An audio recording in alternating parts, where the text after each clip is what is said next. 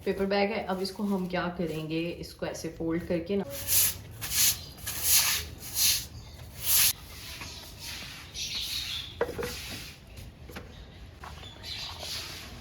Mohammad go back, Mohammed go back, Mohammed come here.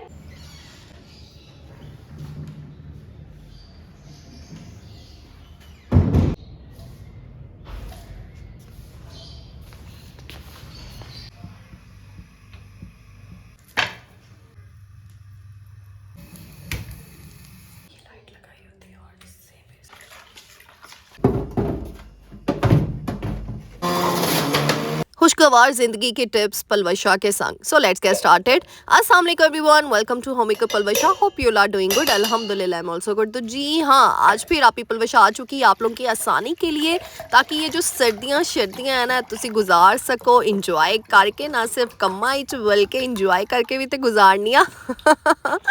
तो जी सबसे पहली टिप मेरी ये है कि जैसे चाय की पत्ती होती है, चाय बनती है, उसको प्लीज़ डिस्कार्ड मत किया करें। उसको ऐसे आपने ना किसी भी बाउल में डाल लेना उस चाय की पत्ती को, और उसमें पानी ज़्यादा सारा डाल लेना बस।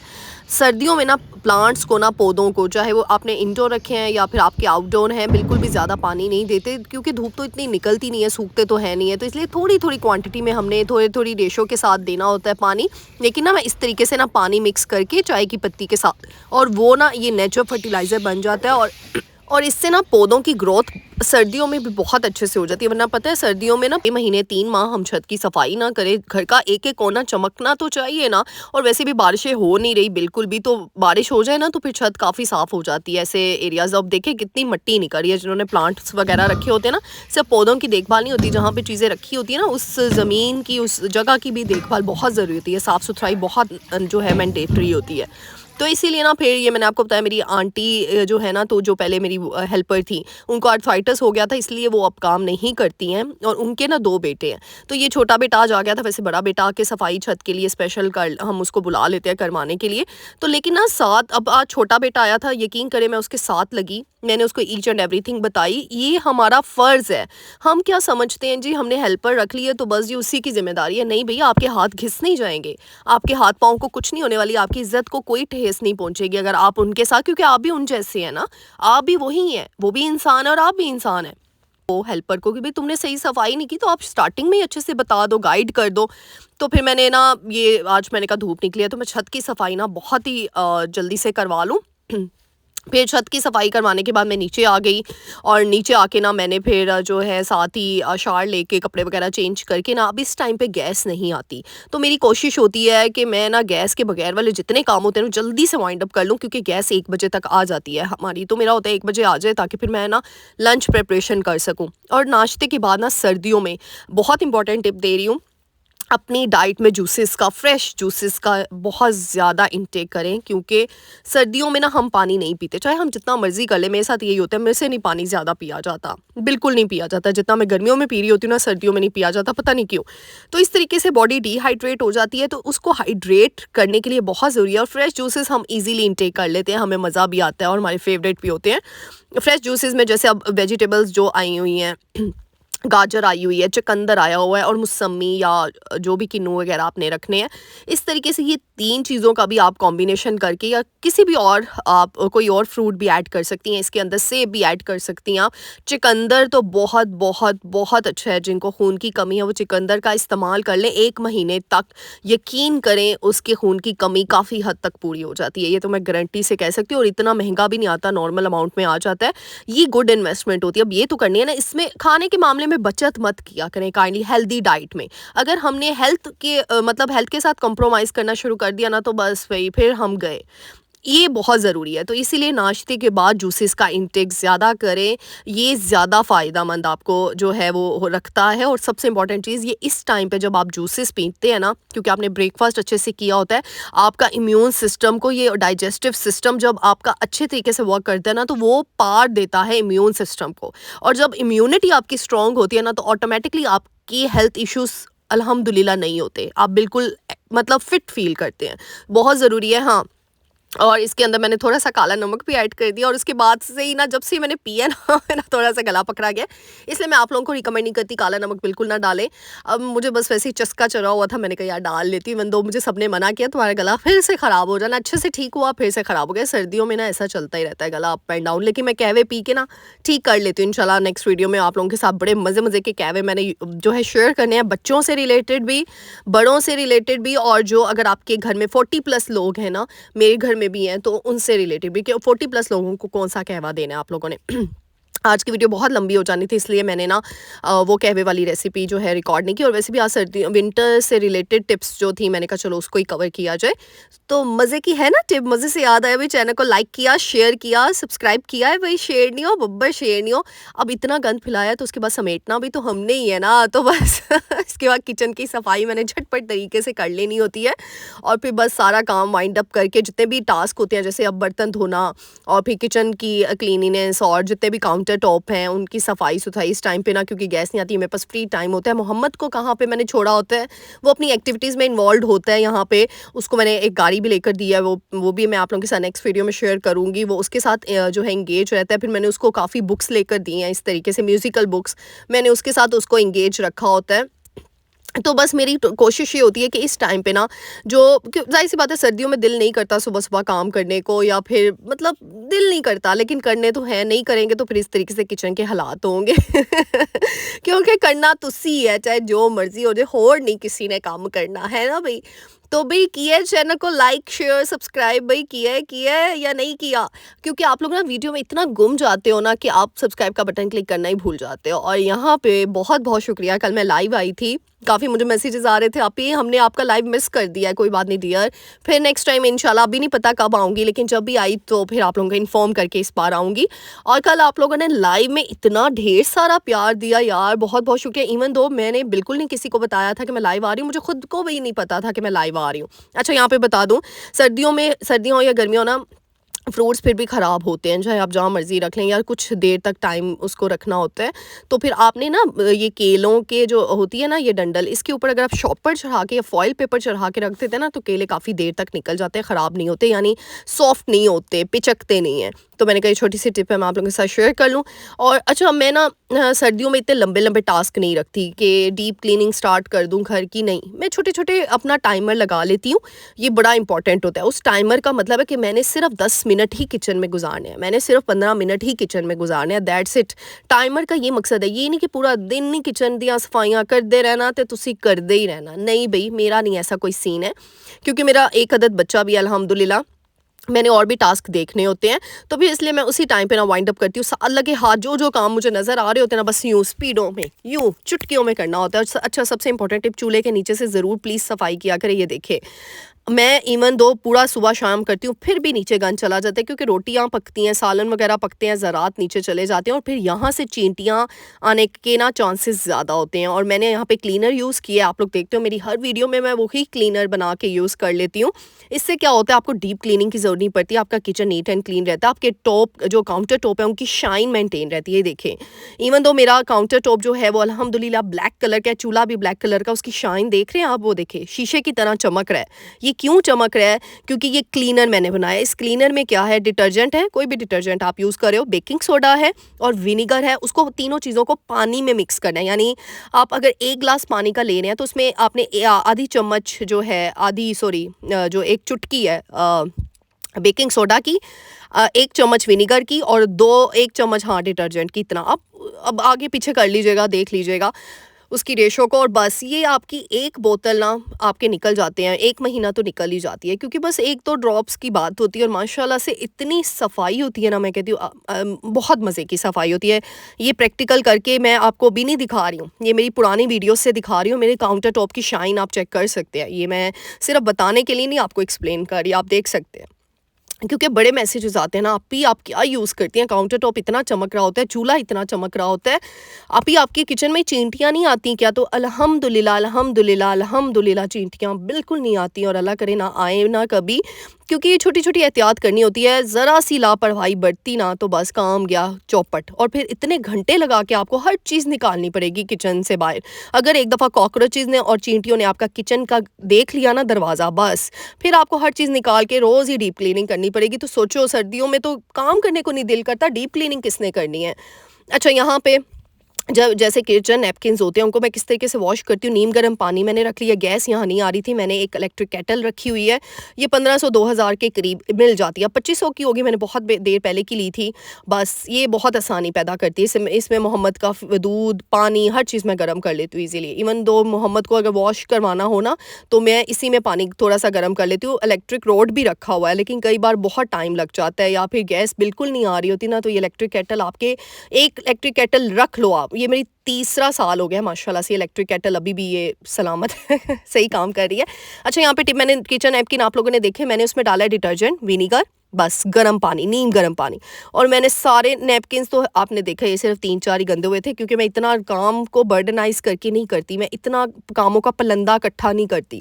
और सर्दियों में मेरी यही टिप है, जैसे गीज़र ऑन कर लो या फिर गीज़र अगर नहीं चलता, मैं बर्तन तब धोती हूँ जब मेरा गीज़र ऑन होता है। और अगर गीज़र ऑन ना हो, गैस ना आ रही हो, तो मैं क्या करती हूँ, एक टब लेती हूँ, छोटा सा मेरे पास किचन टब पड़ा हुआ है, उसमें मैं पानी नीम गर्म ऐड कर लेती हूँ और उसके साथ धोती रहती हूँ। लेकिन ना उसमें टब के साथ जब हम वॉश करते हैं ना पानी के साथ बर्तन को, तो बड़ा टाइम लग जाता है। तो फिर मैं इसलिए वेट कर लेती हूँ कि ठीक है यार, अभी बस गैस आने वाली है, तो फिर मैं अपने बर्तन एक साइड पे रख लेती हूँ, तब तक मैं सारे किचन की क्लीनिंग कर लेती हूँ। अब ज़रूरी नहीं कि ए काम करना तो हुने ही करना यार, अपनी ठंडे पानी से बर्तन धोने से अच्छा है कि आप वेट कर लो थोड़ा बहुत, ठीक है। अपने आप को सहूलत दो। हाथों का इतनी बुरी कंडीशन हो जाती है ना। और दूसरा ये मैं दूंगी, आप ग्लव्स का यूज़ कर सकते हो। मेरे पास ग्लव्स पड़े हुए हैं, मुझे ला कर दिए हुए हैं सब ने, लेकिन मैं इतनी ढीठ हूँ ना, मुझे ग्लव्स पहन के ना मज़ा नहीं आता बर्तन धोने का। पता नहीं क्यों, वो कहते हैं ना देसी पन्नी अंदर से जाता है यार, देसी लोग हैं तो फिर देसी तरीके इस्तेमाल करें। मैं वेट कर लेती हूँ कि मैं गीज़र ऑन करके फिर करूँगी। और बड़ी इंपॉर्टेंट टिप है, सर्दी हो या गर्मी हो, जो भी मौसम हो ना, बर्तन धोने के बाद आपने हैंड वॉश ज़रूर करना है। साबुन या हैंड वॉश से ज़रूर अपने हाथ जो है धोने अच्छे तरीके से। और फ़ौरन से मॉइस्चराइज़र ना आप किचन में एक रखें, ठीक है। मैंने वो देखे ऊपर वाला, वो देख रहे हैं विंडो वाला एरिया, वहाँ एक मॉइस्चराइज़र भी रख लिया हुआ है। जो भी मॉइस्चराइज़र आप यूज़ करते हैं, फ़ौरन से, अब मैं जैसे ही किचन का काम वाइंड अप करूँगी ना, तो मैं फ़ौरन से हाथ वॉश करके, बल्कि बर्तन धोने के बाद तो मैं फ़ौरन वॉश करती हूँ। और उसके बाद चीज़ें जैसे ही समेटी जाती हैं सारी की सारी, तो फिर ड्राई करके उनको मैं फ़ौरन से मॉइस्चराइज़ कर लेती हूँ। इससे आपके हाथ ठीक रहते हैं। सर्दियों में भी महंगे प्रोडक्ट लेने की ज़रूरत नहीं होती। अब ये देखिए, मोहम्मद के फीडर मैंने जैसे ही साथ ही धोए हैं, साथ ही नीम गर्म पानी जो है वो मैंने उसके अंदर ऐड कर दिया। फुल ये प्लास्टिक के या शीशे की चीज़ें होती हैं ना, इसमें ज़्यादा गर्म पानी मत ऐड किया करें, ठीक है, वो उसको पिघला देता है। तो नॉर्मल वाटर, बस नीम गर्म, बस थोड़ा सा, वो भी इसलिए ताकि जर्म्स वगैरह जितने भी है वो सारे के सारे जो है अच्छे तरीके से ख़त्म हो जाएं। और फिर इस तरीके से थोड़ी देर रखती हूँ और पानी गिरा के ना अगेन मैं उसको ड्राई करने के लिए रख दूँगी। बर्तनों का ड्राई होना बहुत ज़रूरी है। आप ये मतलब ये टिप है मेरी तरफ से, अगर आपने बर्तन ड्राई नहीं किए और ऐसे ही संभाल दिया ना, तो बर्तन जब आप कुकिंग के लिए किसी भी चीज़ के लिए बर्तन निकालोगे, उसके ऊपर ना निशान पड़े होंगे, उसके ऊपर ना एक अजीब सी लेयर आई होगी वाइट कलर की ना, ऐसे करके, और फिर आपको दोबारा से उस बर्तन को वॉश करना पड़ेगा। तो इससे अच्छा नहीं, आप काम कर ही रहे हो तो एक ही दफ़ा सुथरा कर लो, ताकि बार बार सर्दियों में ना आपको बार बार काम करने की ना तौफीक ना हो। अच्छा, यहाँ पे अब इम्पॉर्टेंट टिप है, ये देखिए मेरा सिंक देख लें, उसके अंदर ये छोटी सी ना एक जाली नुमा चीज़ रखी हुई है। अब ये क्या करता है कि गंद को ना अंदर पाइप में नहीं जाने देता, ठीक है, लेकिन मैंने उसको बिन में नहीं डाला। अच्छा, अब यहाँ से देखें, मुझे एक ज़रा मिला है रोटी का छोटा सा, अब मैंने उसको सेपरेट निकाल के रखा है। रोटी का वेस्टेज, मैं कहती हूँ रिस्क का ज़िया नहीं करना कभी भी। अब मैंने ये छोटी सी एक डिश रखी हुई है, इसमें जो भी, वैसे तो इतनी रोटी बनाए कि बच्चे ना, लेकिन कभी कभार इंसान है, ख़ता हो जाती है, तो अगर कोई रोटी बच जाती है या छोटा सा नवाला बच जाता है, प्लीज़ उसको सिंक एरिया को भी अच्छे तरीके से छांटी किया करें। उसको भी आपने डस्टबिन में नहीं डालना, रिस्क है। मैं उसको अलग से एक डिश में डाल देती हूँ। और आपको पता है, मैंने अपनी पुरानी वीडियोस में भी दिखाया, ये डिश जाती है ऊपर छत पे, और ऊपर छत पे मैंने, आपको पता है, परिंदों का खाना रखा होता है, तो मैं इसको ना छोटा छोटा बारीक ना उसका मतलब टुकड़े करके ना, पीसेस करके, और ऊपर डाल आती हूँ। फिर वो कौवे, चिड़ियाँ, तोते सब कुछ सब खा लेते हैं। यार, किसी के मुंह में चला जाए ना, डस्टबिन से अच्छा है किसी के मुंह में चला जाए। और हम एज अ मुस्लिम, हमारा दीन यही बताता है कि रिस्क ज़ाया नहीं करना चाहिए बिल्कुल भी। तो ये बहुत ज़रूरी है, बर्तन धोते वक्त जितने भी चावल होते हैं, जितने भी कोई रोटी के ज़रे होते हैं, उनको निकाला करें, उनको निकाल के एक अलग डिश में या प्लेट में रखा करें। अच्छा, यहाँ पे मैंने फिर बड़ी इंपॉर्टेंट टिप बताई है। मैंने यहाँ पे नीम गर्म पानी लिया, सिरका लिया, बेकिंग सोडा डाला, बस। अब ये जिन से हम बर्तन धो रहे होते हैं ना, जिन स्कॉच ब्राइट से या जिन ये स्पंजेस से, उनको भी सैनिटाइज करना, उनकी भी बहुत ज़रूरी होती है क्लीनिनेस। अब देखिए, मैंने उस लिक्विडी सॉल्यूशन में डाल दिए हैं, बस। और इसको मैं रख लूँगी अब 5-10 मिनट के लिए। तो ये भी बहुत ज़रूरी होता है, इससे भी ये काफ़ी देर तक चल जाते हैं। और सबसे इम्पॉर्टेंट चीज़ है इनका भी। अब ये देखिए, वो ब्लू वाला सिंक मैं उससे साफ़ करती हूँ, आपने देखा होगा मेरी वीडियोस में, उसको मैंने बर्तनों वाले में मिक्स नहीं किया। मुझे ना हैरानगी होती है उन लोगों में जो बर्तन जिस स्पंज से धो रहे होते हैं, सिंक भी उसी स्पंज से धो रहे होते हैं। यार, सिंक में हम चिकन का पानी जा रहा होता है, ब्लड जा रहा होता है, ज़ाहिर सी बात है जब गोश्त धोते हैं तो उसका खून भी जाता है। तो फिर मुझे ना पता नहीं क्यों मैं सेटिस्फाइड नहीं होती। मैंने अलग अलग रखे हुए हैं। हाँ, जो मेरे बर्तन धोने वाला जब पुराना हो जाता है ना, मैं उसको सिंक के लिए लगा देती हूँ। तो देखिए, मैंने उनकी जो वॉशिंग है ना, वो भी मैंने अलग तरीके से की है। सिंक वाले को अलग उसमें बाउल में मैंने वॉश किया है, और बर्तन धोने वालों को अलग किया है। और मोहम्मद के फीडर्स जिनसे मैं ब्रशेस से धोती हूँ वो अलग किए, बहुत ज़रूरी है। उसके बाद ये सिंक एरिया को साफ़ करने के बाद ये मैंने टॉवल बना के रखा है, इसको चारों तरफ से सील दिया हुआ है। और इस तरीके से ना आपके कपड़े सर्दियों में ना गीले नहीं होते, और जब गीले नहीं होते आपको फ्लू लगने का ख़तरा नहीं होता। बहुत ज़रूरी है, क्योंकि सिंक का पानी ना कपड़ों पे पड़ता है। तो आप एप्रन भी लगा सकते हैं, वो भी टिप है मेरी। नहीं तो आप इस तरीके से एक टॉवल के पीसेस कट करके ना, तो ये सिंक एरिया पे ना, जितना आपका सिंक का एरिया ना, जितनी उसकी लेंथ है, उसके अकॉर्डिंगली आप वो एडजस्ट कर लें। और खूबसूरती के लिए मैंने उसकी पाइपिंग कर दी है चारों तरफ से, बस, ताकि वो खूबसूरत लगे। तो बस ये छोटे छोटे टास्क होते हैं, जब तक गैस नहीं आ रही होती ना, तो बस मेरा होती है कोशिश। और फिर जो भी प्लांटर्स या जो भी डेकोरेटिव पीसेस किचन में रखे होते हैं ना, तो मैं क्या करती हूँ, एक टाल लेकर सूखा सूखा ही, गीला नहीं करती ऐसी चीज़ों को ना, कि फिर वो ड्राई, आपको पता है सर्दियों में चीज़ें ड्राई बहुत मुश्किल से होती हैं। अच्छा, यहाँ पे बता दूँ, मैं इस तरीके से स्टैंड रखा होता है, ये वाला मैं स्टैंड यूज़ करती हूँ अपने किचन में, मैंने रखा होता है, ये इस तरीके से मेरे पीछे होता है जिससे मैं वीडियो रिकॉर्ड कर रही होती हूँ। अब देखें, तकरीबन 1-2 घंटे हो गए थे, तो मैंने ये नैपकिन्स को निकाल लिया बाहर, और इनको अच्छे तरीके से ना, नैपकिन्स को वॉश करते वक्त बहुत ज़रूरी होता है। जब तक, मेरी मामा ने एक चीज़ हमें सिखाई थी कि जब तक आप किसी भी चीज़ को वॉश कर रहे हो ना, उसका पानी साफ़ सुथरा ना हो जाए, तब तक उसको वॉश करते रहो। यानी उसके अंदर फिर भी अभी सर्फ है, उसके अंदर अभी भी डिटर्जेंट है, उसके अंदर अभी भी गंदगी है, जो पानी साफ़ नहीं हो रहा। चाहे आप वो सब्ज़ी वॉश कर रहे हो, चाहे आप कोई दाल धो रहे हो, चाहे आप चावल धो रहे हो, चाहे आप नैपकिन्स वॉश कर रहे हो, तो फिर तब तक ना मैं इसको इस तरीके से ना, अच्छा, कुछ लोग ना नैपकिन्स को वॉश करते कम्फर्ट भी डाल देते हैं, मैं नहीं डालती। मतलब मुझे स्मेल ख़त्म हो जाती है। मुझे नहीं पता कि वो लोग क्यों ऐसे कहते हैं कि स्मेल ख़त्म नहीं होती किचन नैपकिन्स में। किचन नैपकिन्स में स्मेल आती नहीं है जब आप किचन नैपकिन्स की डिवीजन कर लो। ये भी एक टिप दूँगी कि मैंने जो तवे के ऊपर मारना होता है ना नैपकिन, वो मेरे अलग हैं, छोटे-छोटे से, वो अलग होते हैं। मैंने छोटे-छोटे से बनाया हूँ कि एक ही को 4 पीसेस किए हुए हैं, और ये इनको नहीं मैं मारती, क्योंकि वो तो ब्लैक हो जाते हैं। और ये जो हॉट पॉट में रखने होते हैं, चंगेरों में रखने होते हैं, वो अलग होते हैं। तो यहाँ पे जी ये सारे काम करके यहाँ पे गैस आ चुकी थी। मैंने कहा जी आज बैंगन का भरता बनाया जाए। भई, अच्छा, आप लोग क्या कहते हो, बैंगन या बैंगन? अच्छा, मेरे ससुराल में बैंगन बोला जाता है, मेरे मायके में बैंगन बोला जाता है। मुझे बताइएगा आप लोग क्या बोलते हो? तो आज बैंगन का भरता, उसको अच्छे तरीके से मैंने धो लिया, और फिर मैंने इस तरह छानी में रख दिया। यकीन करें, इतना मज़े का बना था बैंगन का भरता। आप लोग इस तरीके से बनाना, आप लोग मुझे दुआएं दो के, बहुत बहुत डिलीशियस था। जो लोग नहीं खाते ना, अगर आपके बच्चे भी नहीं खाते, उनको भी मज़ा आएगा। बैंगन को इस तरीके से मैंने 2 कट लगा लिए, ठीक है। अब इसके अंदर ना लहसुन के जवे जो है ना, उनको मैंने अंदर फंसा लिया साफ़ करके, ये देख सकते हैं ना, आपको साइड पर नज़र आ रहा है। तो इस तरीके से ना मैं इनको जला लूँगी। अच्छा, मैं ना पहले वीडियो के शौक में मैंने एक एक करके किया। मैंने कहा यार ये तो बहुत टाइम लग रहा है, मेरी बेचारी बहनों के पास इतना टाइम तो नहीं होता, मेरे पास खुद इतना नहीं होता। फिर मैंने क्या किया जी, मैं सारे दे सारे बैंगन ही सुट देते चुल्हे पे सीरियसली। मैं, यार मेरे से नहीं ऐसी व्लॉगिंग होती। ओ माय गॉड, मैं ये कर रही हूँ तो मैं वो कर रही हूँ। नहीं भाई, मेरी व्लॉगिंग आपको पता ही है, आम एक होम मेकर हूँ, आम औरत हूँ, आम लड़की हूँ आप लोगों की तरह। तो बस जैसे सारे मैं वही करती हूँ जैसे हम सब कर रहे होते हैं, और आप लोग काफ़ी रिलेट इसीलिए शायद मेरी वीडियो के साथ कर लेते हो, क्योंकि मैं आप जैसी ही हूँ। तो ये देखिए जी, मैंने चूल्हे के ऊपर वही सारे सुट दिए थे और वही सारे निकाल लिए। अच्छा, आप कोई भी स्ट्रेनर टाइप भी कोई चीज़ रख सकते हैं। कोई स्टैंड है ना, मेरे पास पड़ा था, मिल नहीं रहा था नीचे कबर्ड्स वगैरह में ना, तो मैंने कहा अच्छा, अब ढूंढने में इतना टाइम वेस्ट होगा, और गैस सिर्फ 1 घंटे के लिए इस टाइम पे आ रही होती है। तो मैंने कहा नहीं जी फिर मैं कर लूँ। तो बस यही चीज़ है। अच्छा सुबह ना हमारी गैस आती है नाश्ते के टाइम पे, तो माशाल्लाह नाश्ता वगैरह हर चीज़ बन जाती है। वो 1 घंटे के लिए आ रही होती है। उसके बाद मुझे पता होता है लंच प्रिपरेशन भी मैं उस टाइम पे कर सकती हूँ। लेकिन ना फिर मैं कहती हूँ नहीं 1 बजे आनी तो है, बस उसी टाइम पे कर दूँगी। फिर साथ ही मैंने उससे पहले-पहले जितने काम होते हैं ना मेरे मतलब गैस से रिलेटेड ना हो वो काम मैं जल्दी कर लेती हूँ। मैंने टमाटर भी जो है उनको भी सेंक लिया थोड़ा-सा, ये देखिए इस तरीके से। और फिर हमने इनका छिलका उतारते जाना है बैंगन का। अच्छा मैंने तेल लगा के नहीं किया, आप तेल लगा के भी कर सकते हो, लेकिन तेल के बगैर ही अच्छे से वो बारबेक्यू फ्लेवर आता है। जब आप इनको जला लेते हो ना, टमाटर को भी मैंने जला लिया, लहसुन भी जला लिए, हरी मिर्चें भी मैंने बाद में ना जलाने के लिए रखी, लेकिन फिर मुझे लगा कि नहीं ठीक है ये 2 चीज़ें काफ़ी हैं, तो फिर मैंने उनको नहीं जलाया। फिर मैंने वो जो टमाटर कटे हुए थे वो डाल दिए घी में। सबसे पहले मैंने टमाटर डाले, ठीक है, ऑयल में। उसके बाद मैंने हरी मिर्चें ना इस तरीके से कट करके डाल दी हैं, ठीक है।